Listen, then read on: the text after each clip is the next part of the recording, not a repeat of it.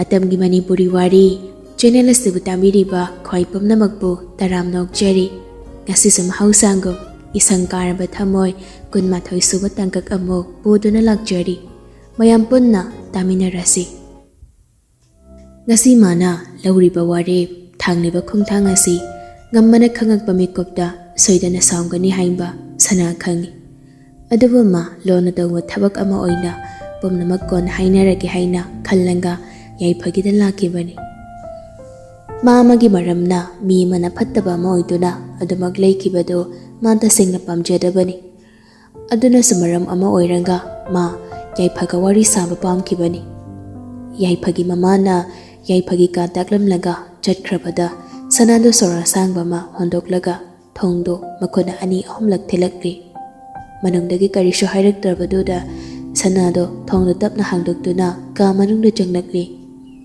yaifadu phamungda hiptuna leirammi changlak ima misakto ubada ma ka hena ngakre hiplambadagi fuk haugatuna sanabu yanglakli ngahan makai adum hipjinduna leibaga kuina jarak tharak tabaga makoktu ngawaduna kangtholduda makona phaduna mamitu cheno ishinduna second khanadi tumin leiri sanana matongduda changsanduna hanglakli kedorge yaifadu kharak pharakpaduda mamitu tapna pangthokduna sana denglakli sanana phamungduda yenglaga phamthaw lepadu warni yaifasu phamungduda tapna phamtharaga ngakjana na yengduna hanglakli nangdi maphamsida kumdawna sanadu yaifagi paukum pidringai oiriba yaifagi phibamdo munnenglakli mayang yamna kangselli hanadagi so patak changtakpudi tawani adubu ngasina ka mahina kangselamli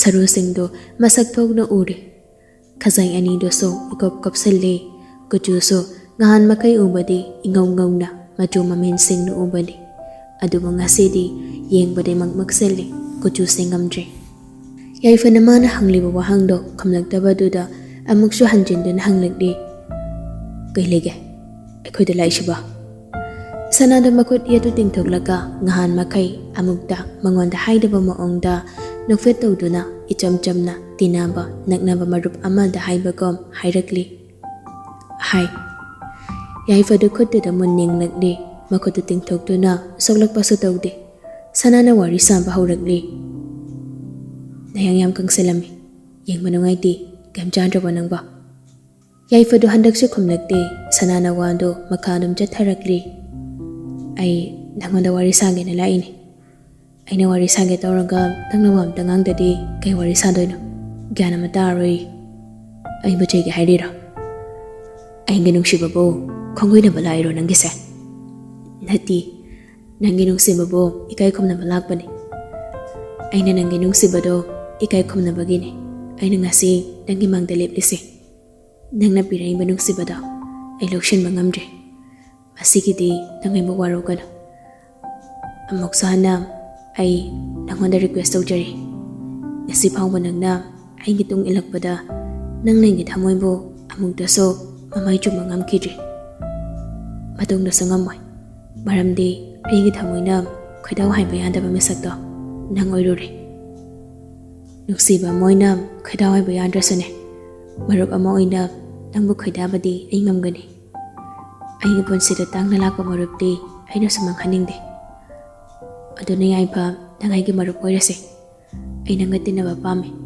naksengonda lana khalamba pumnamak thado aisa nangbu aigi marup amoina khange aina ngamoi hairdi kamthauba aina nangonda haijaba lakpadi nati nangna ngamoi hairangana aigi lambi leite nangna ngamoi hairibaduda adum lehauba tabane aini nangbu hanne ngamdana adumak chatkine maramdi aigi miding famdi mi mana phakre atopa amada amok hongdokpaga yambado mana pikidre aduna pai leitre mi haidi kana nahangi yaifagi wando loitringai sanana marak thajinduna khamlakli mane nangna khalima misaktoni nangi pabong imagi sukhal matam khara khaki thingnaba aigi damak nangi damak wajaraklaba ima pabongbo awama pigi khangano nangna hojik lairima phibam sena ima pabongbo nangna duki matik wahale haibase Macha ama oida nangna khangpham thokpani. Adubo nangdi khangdra male. Mama mapa phauba wahandana nungaina thamba ngamdaba nupa amana nupi mamu thamoi singna nungsi hairubada wakhal maning hankhini. Aduna ima babung buhana singna nungsibiduna nungaina wakhalki thamoiga waba amta yaudana thambiyo. Mado nangru wapikadaba nati. Aigi ma babadi aina wajagadawni. Wajagadaba nangna kaisu kanadabada waduna laikre. Aduga waridaba makhoidoida waduna lairi. Nangamta khaluba. Handakdi yaifadu khamakidre. Phare aisa chalange ko. Sida chitkani haiba kanada sayamdi. Ngasi phawba nangna aigi nakta laibada aigi mangnaba amta tarukti. Mangangi haina khanbasu laite haiba ai khangi. Namitto so accident ne. Nangna tawgi yangna dawkiba amta laite haiba ai loina khangi. Aina nangba sawningba warongba pinaba amta laiti. Icham chamna nangna marup amoy saina request or poiramadi aina accept tawramadawni. Adubo madoi kidabana aina nangonda phajaba wahay amta haikidre. Madugidamak aina sorry na haijari. Phare ai chalange nangsu phajana lehawro. Adubo yaipa nangwa khalinguna khaluko. Wado hairamlanga sanana khong thangduna chatpa haurakpada yaipana khonjal tanikna hairakle. Aina dinangbo tasingna nungsikibani. Minambamta yaudana. Nangnay buya pidra haiba khangabaso nongmadaibu nungsirakini haida aina khanjakibani. Nangnamta ngaingonda nungsibirakpa asingba nangi minok amtang nangnayonda thamoi singna pirakpa haibasida aigi manglanoy tuna lakibani. Adabu ngasidi aina pamjaba nungsibaduga taihonabada nangna thamoi singna parukki nungsiboida nangi nungsiba yalakpada aigi saruk thanganbiri.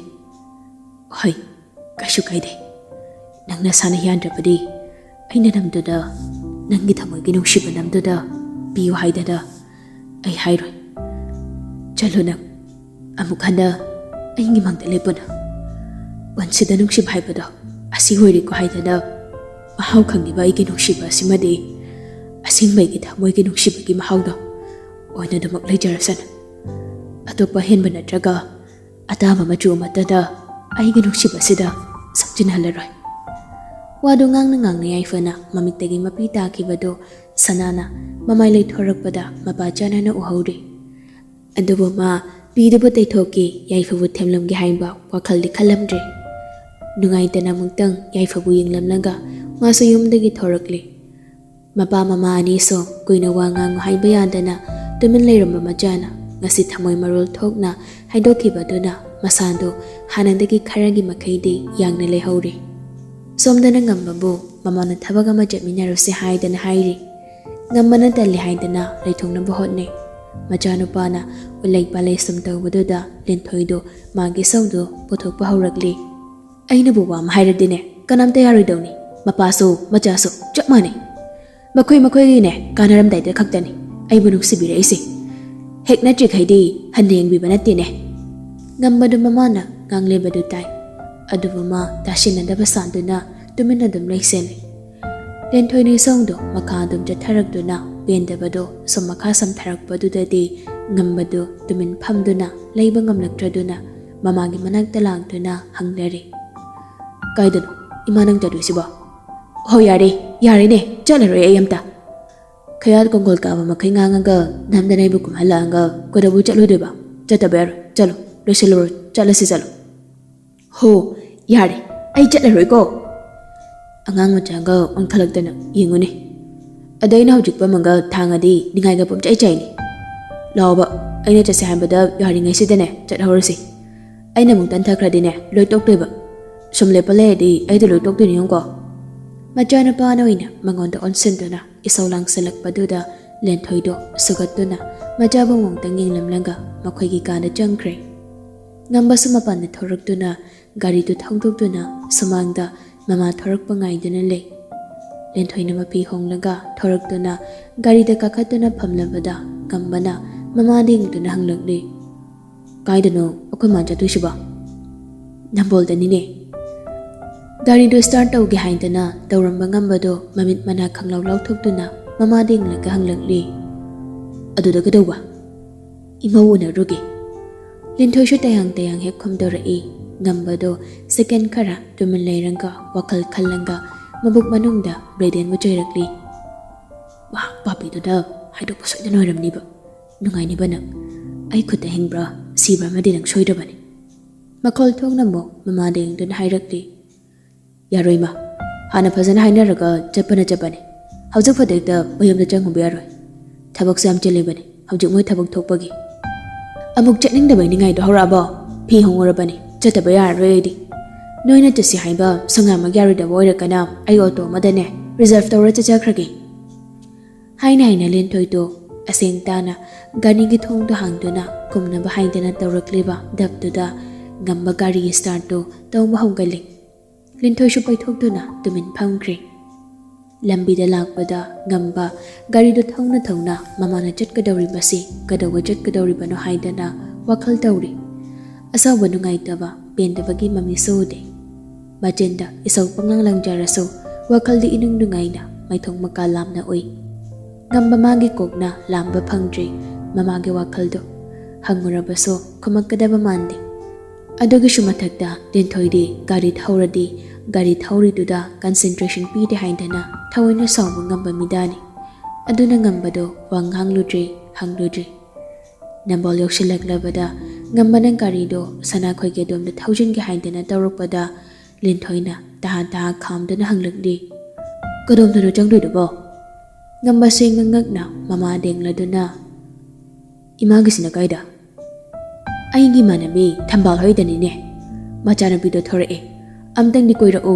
nakhoi baba ga haiduna ne ngasi lake na haidokraga napana thabak sangri haidena ne hutlawna le thokri adogi ma yaudraso ithan toirasu chekena la ibani asita nate moigidi kharawali ne bazar ghentoga ne lai harofam leibado adwai doi bani ngambado mathanta mana ngasai makai khaloriba mayam duga mamana hairakli bawanduga ita tayona baduda mathanta ikairabani adubuma mana khaloribado oiramdre haibadi mamada khangalakdre garido mungthauduna matekdo malakpada ngambana ngasai mamana haikiba wahaido khangning singlakli imau unarugi haiba wahai ma haikibani madu mukhangning singlakpada garido brake do khangne netlaga hanglakli ngaikoi ma Ningthouja mamaido option gi bu dawi majani shonglang ning dun hanglakli karino nai masiba gari dubo dumaina khangkham khami du bhauna bro imana ngasai imau na haikri du na kaino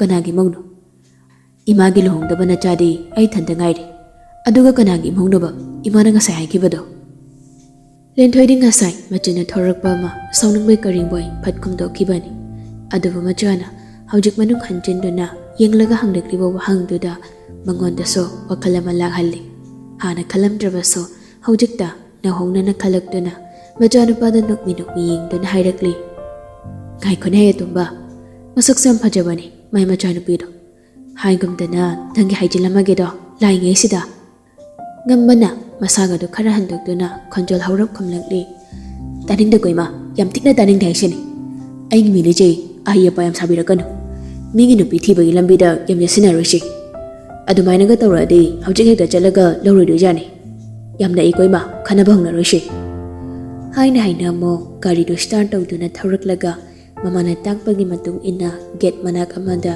gari do khamlari Ningthouja phone tawnaduna magi mamana bini haibado thorakduna oklari ngambadi gari da leiramlagi haidana leihori chungau haidana phanakan hairambani adubu ma swaida sum lehauge haidana namdana leihori nambol yauranga sananing singdaba hongnade ngasaina mamit to okrabani phone da lokthokduna message ama thajille ai nambol da lei oningi nangdo deliver tawde message to aduna ngamba direct call oina dokshilakli ahanba tawuda pairakti mandom jama bung lerandi call du kaklakpani adubu kaklaktabida pairakta bol paduda ngambadu mokso hanjina dokshilakli call du tawna gari dagi kumthaduna sorok manang tuda som hangaranda chatuna call du pairak pangairi mana leblibadugi wangmada sanana khongna chatpadu ngambana urakli Mana kauge haidana tawmaga sanasu begdagi phone do lawthoktuna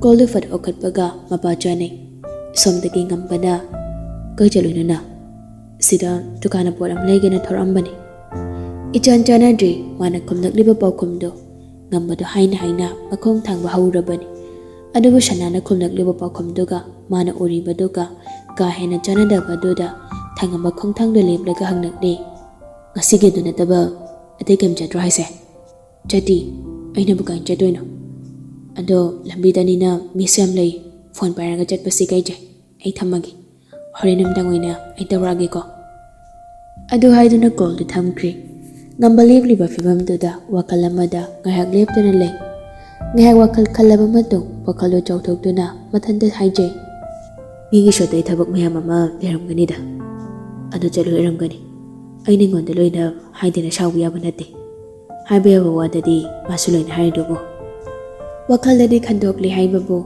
thamoina di anindri kari maramgi mana mangonda minam bahaiba wahang asi kari maramgi mana mangonda minam liba haiba wahang sida mathanda hangjabana khoram khoisangba haibado oirabani masado mana dumna tainafam khangda khoirangna leplingai mamana call toksilakli ngambasu call doglaga makhongna tapna among kari lairibadom da thangladuna chatpa hauri asomdagi mamana changone hinga hekta namana jakla samtang thakisina haine kuina leirosima ayum chatningi hoine adu jasi matang thakrasine najadi namasinu ngairoine law chango hoyari thama tande mande tawduna ngambado yumduda changlakli chawna dum sayumdo yengbada tanan le mama kuidu shangoyema yumgi mamang oina sari baduda thari ba sofaduda phamdana leiramni linthagi mama namidona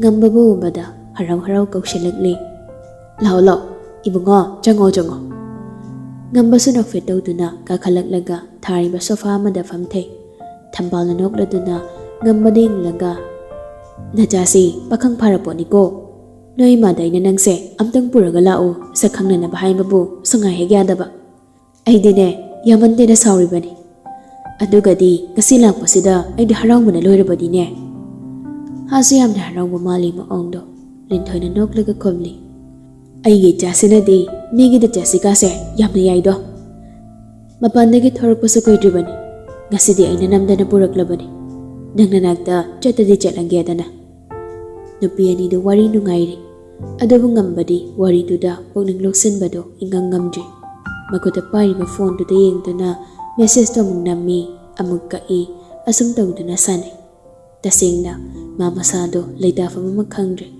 phamlibadu leitaba ngamdre hawjik chatkriba sanabu tanaduna phaning bahaibado hek yaurakpa matangdu yaurabani phone duda mamainon thaduna wakal namada mangduna leiringai mi changakpado ma uhaudre thambalgi khonjal hairakpaduda ma gyan lai thamo jado ngambana mamento amungtang khappada mana mamainon tharimbadugi manakta phane coffee maju set panupi mana manakta leirambadu uri jangkapdo amamamta table da thamukpaduda ngambaso mamainon khatuni inglakpada leiramliba sakfamduda ma ingangakri mana ingangak ninglingai nupidusu ngambagi sakfamdu ubada table da thamgi haidana tray dagi makuna paikhalakpa jangkapdo makhara takiba khanghaudre